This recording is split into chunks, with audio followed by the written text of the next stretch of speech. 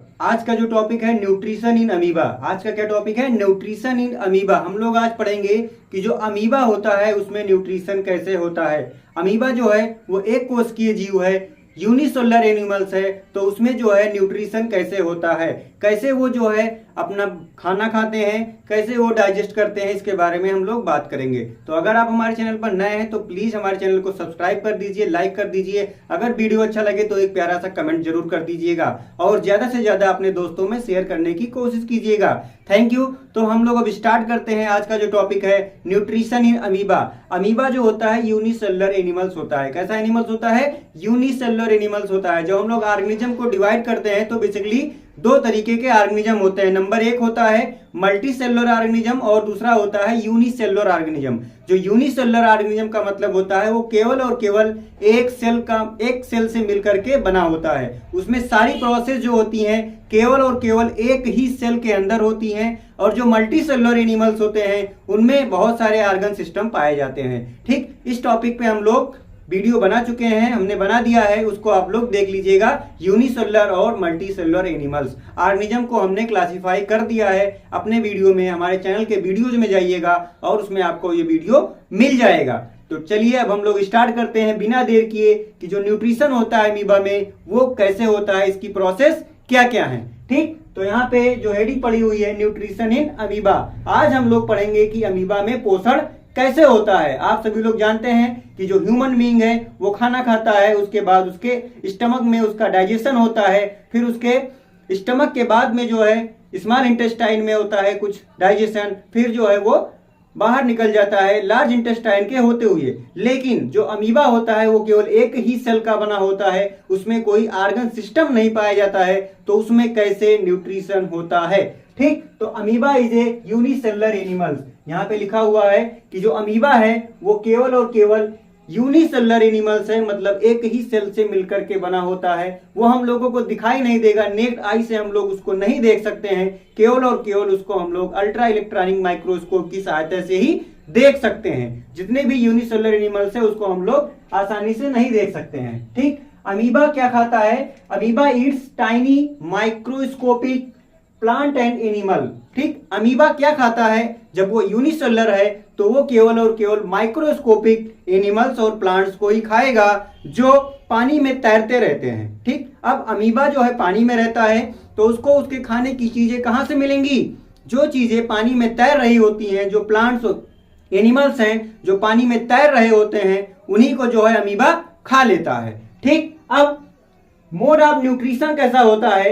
Mode of nutrition in amoeba जो है वो होलोजोइक होता है। ठीक, जब मोड ऑफ न्यूट्रिशन आप लोग पढ़ेंगे तो उसमें जो होता है एक होता है होलोजोइक होता है, सैप्रोफिटिक होता है, पैरासिटिक होता है। ठीक, ये सारे हेट्रोट्रॉफिक मोड ऑफ न्यूट्रिशन में आते हैं। अब आता है एक ऑटोट्रॉफिक मोड ऑफ न्यूट्रिशन। जो ऑटोट्रॉफिक मोड ऑफ न्यूट्रिशन होता है उसका मतलब ये होता है कि वो खाना अपने आप से बना लेते हैं। जैसे पौधों को देख लीजिए, ठीक, वो खाना खुद से बनाते हैं। जब हम लोग हेट्रोट्रॉफिक मोड ऑफ न्यूट्रिशन में जाएंगे तो ये हेट्रोट्रॉफिक वाले दूसरों के ऊपर डिपेंड होते हैं। उसमें भी कैटेगरी है, जैसे कि होलोजोइक है, सैप्रोफिटिक है और पैरासिटिक है। ठीक, होलोजोइक मोड ऑफ न्यूट्रिशन का मतलब यह होता है कि ऐसे एनिमल्स जो पूरे तरीके से दूसरे एनिमल्स या फिर प्लांट पे डिपेंड होते हैं, मींस पूरी तरीके से वो दूसरों के ऊपर डिपेंड होते हैं, उनका मोड ऑफ न्यूट्रिशन कैसा होता है? होलोजोइक मोड ऑफ न्यूट्रिशन होता है। ठीक, अब किस मेथड से अमीबा जो है खाना खाता है, उसके मेथड को हम लोग क्या कहते हैं? फैगोसाइटोसिस कहा जाता है। उसके मेथड को क्या कहा जाता है? फैगोसाइटोसिस कहा जाता है। ठीक, फैगोसाइटोसिस का मतलब होता है सेल फीडिंग।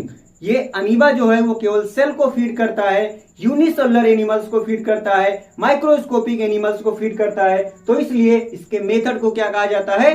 फैगोसाइटोसिस कहा जाता है। ठीक, अब हम लोग जब देखते हैं कि अमीबा जो है जब वो खाना खाता है तो उसमें कई सारे तरीके इन्वॉल्व होते हैं, कई सारी प्रोसेस होती रहती हैं। जैसे कि प्रोसेस नंबर 1 जिसका नाम है इंजेशन, प्रोसेस नंबर 1 जिसका नाम ingestion, process number 2 digestion, 3 absorption, 4 assimilation और 5 इजेशन होता है। ठीक, तो ये आप लोगों ने जाना कि अमीबा में जो पोषण होता है, जब न्यूट्रिशन वो अमीबा लेता है तो कई सारे स्टेप से गुजरता है खाना, फिर जाकर के वो बाहर निकलता है, मीन्स बॉडी के बाहर निकलता है। अब हम लोग बात करेंगे इंजेशन के बारे में। जो फर्स्ट स्टेप है वो क्या है, वो है इंजेशन। ठीक, जैसे मान लीजिए ये अमीबा है। अब अमीबा का स्ट्रक्चर कोई नॉर्मल स्ट्रक्चर कुछ नहीं होता है अमीबा का, किसी भी तरीके से बना दो, प्लेट लाइक स्ट्रक्चर बना दो, तस्तरी नुमा स्ट्रक्चर बना दो, अमीबा का स्ट्रक्चर मान लिया जाएगा। ठीक, अमीबा का कोई भी एक स्पेशल स्ट्रक्चर नहीं है। अब अमीबा क्या करता है, अमीबा के पास मूव करने के लिए क्या होता है, सीडोपोडिया होता है। जो प्रोटोजोन एनिमल्स होते हैं उनके पास, हर एनिमल्स के पास कुछ ना कुछ चीजें पाई जाती हैं जिनकी सहायता से वो मूवमेंट कर सकते हैं। जैसे हम लोग क्या करेंगे, हाथ पैर है उससे मूव कर सकते हैं, वैसे ही अमीबा के पास क्या होता है, सीडोपोडिया होता है। अब हम लोग कहीं खाना देखते हैं तो हाथ से खाना खाएंगे ना, पैर से तो खाएंगे नहीं। तो अमीबा क्या करता है, अपने सीडोपोडिया को, इसमें पी साइलेंट होता है, सीडोपोडिया को क्या करेगा, दो वो फिंगर लाइक प्रोजेक्शन का फॉर्मेशन कर देगा। नंबर 1, नंबर 2, जैसे उसने यहाँ पे देखा कि खाना यहाँ पे है, पानी में तैर रहा है, अब वो क्या करेगा, फिंगर लाइक प्रोजेक्शन को बनाएगा जिससे वो खाने को कैच कर लेगा। ऐसे ऐसे वो फिंगर लाइक प्रोजेक्शन बनाएगा, फिर ऐसे खाने को कैच करके अंदर ले लेगा। ठीक, यहाँ पे खाना था, अब इसने सीडोपोडिया को फिंगर लाइक प्रोजेक्शन में कन्वर्ट किया, अब खाना इसके अंदर चला जाएगा। ठीक, ये हो गया प्रोसेस इंजेशन का। ठीक, इंजेशन होता है, उसमें जो है खाना जब गया वो कहाँ जाएगा, फूड वैक्यूल में जाएगा। जैसे हम लोगों के पास स्टमक में जाता है, वैसे ही अमीबा जो है एक टेम्परेरी स्टमक का फॉर्मेशन कर लेता है।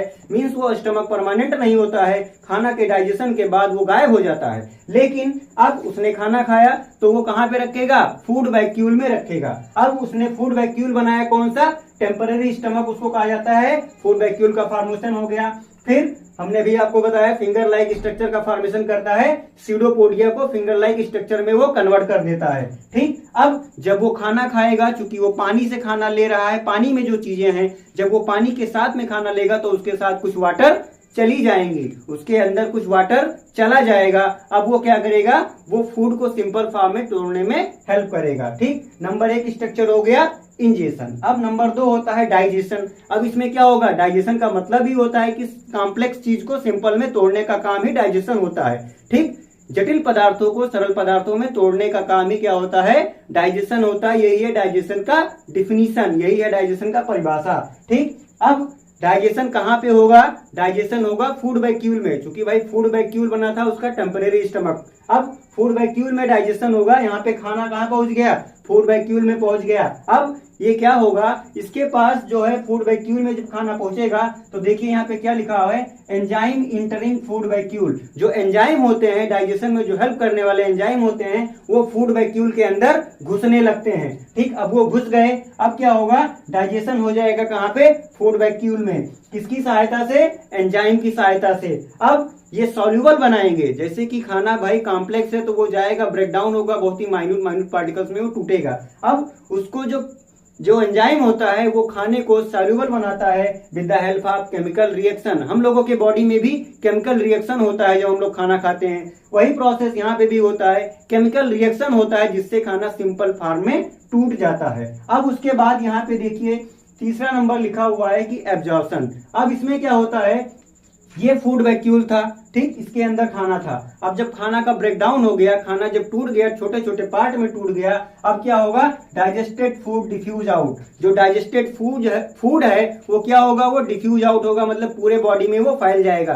क्योंकि अमीबा एक कोष की जीव है तो उसको ना तो ब्लड सर्कुलेटरी सिस्टम की जरूरत है, खाना हम लोगों में ब्लड के द्वारा ही जाता है, लेकिन इसके पास कोई ऐसा सिस्टम नहीं है तो खाना डायरेक्टली पूरे बॉडी में फैल जाता है। ठीक, तो एब्जॉर्प्शन में क्या होगा, डिफ्यूजन इन साइटोप्लाज्मा। ठीक, जो इनमें रेस्पिरेशन होता है, भाई रेस्पिरेशन होगा तभी तो खाने का ब्रेकडाउन होगा, जब ऑक्सीजन अंदर जाएगा तभी खाने का ब्रेकडाउन होगा। ये किसी भी एनिमल्स का आप लोग पढ़ेंगे डाइजेशन, तो उसमें जब तक कि ऑक्सीजन अंदर नहीं जाएगा तब तक खाने का ब्रेकडाउन नहीं होगा। तो यहाँ पे जो रेस्पिरेशन होता है वो भी डिफ्यूजन प्रोसेस से होता है, क्योंकि कोई ऑर्गन स्पेशल पाया नहीं गया तो डिफ्यूजन मेथड से रेस्पिरेशन हुआ। अब जब डिफ्यूजन मेथड से जब ऑक्सीजन अंदर आया, अब क्या होगा, डिफ्यूजन होगा किसमें, साइटोप्लाज्मा में। ठीक, अब फ्रॉम फूड वैक्यूल। अब जैसे कि जो खाना यहाँ पे फूड वैक्यूल में डाइजेस्ट हुआ था वो पूरे बॉडी में फैल जाएगा। ठीक, from food vacuole to all over the body, पूरे बॉडी में खाना फैल जाएगा। ठीक है,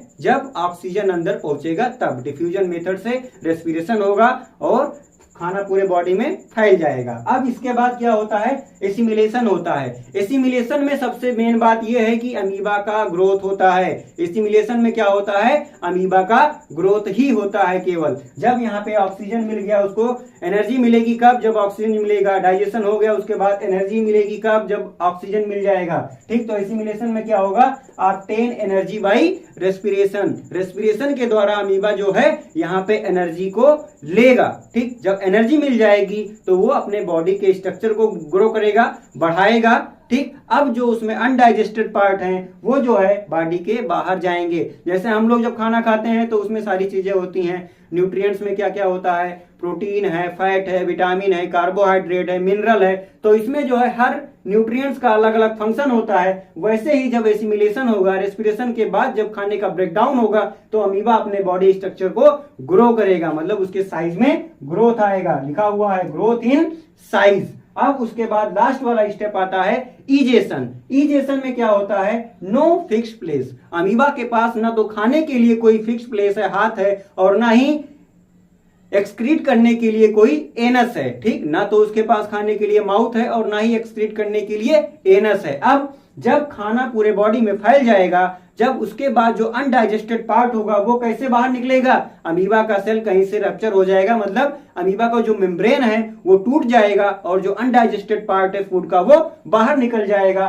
फिर क्या होगा, यही हो जाता है अमीबा का न्यूट्रिशन। आई होप ये वीडियो आपके लिए बहुत ही अच्छा रहा होगा। बहुत ही शॉर्ट में मैंने आपको समझाने की कोशिश की है। अगर आपको कोई डाउट है तो प्लीज कमेंट जरूर कीजिएगा और मैं आपके डाउट को क्लियर कर दूंगा। ऐसे ही करके हम लोग अभी पढ़ेंगे बाद में न्यूट्रिशन इन अमीबा हो गया है, रेस्पिरेशन इन अमीबा पढ़ेंगे, फिर जो होता है रिप्रोडक्शन एक्सक्रीशन, मींस हम एक एक स्टेप को पढ़ लेंगे। इसमें हमारे चैनल पे सभी तरीके के वीडियो आपको अपलोड कराई जाएंगी बायोलॉजी से रिलेटेड। अगर आप कोई वीडियो चाहते हैं तो कमेंट बॉक्स में कमेंट जरूर कर दीजिएगा। Thank you for watching. जय हिंद।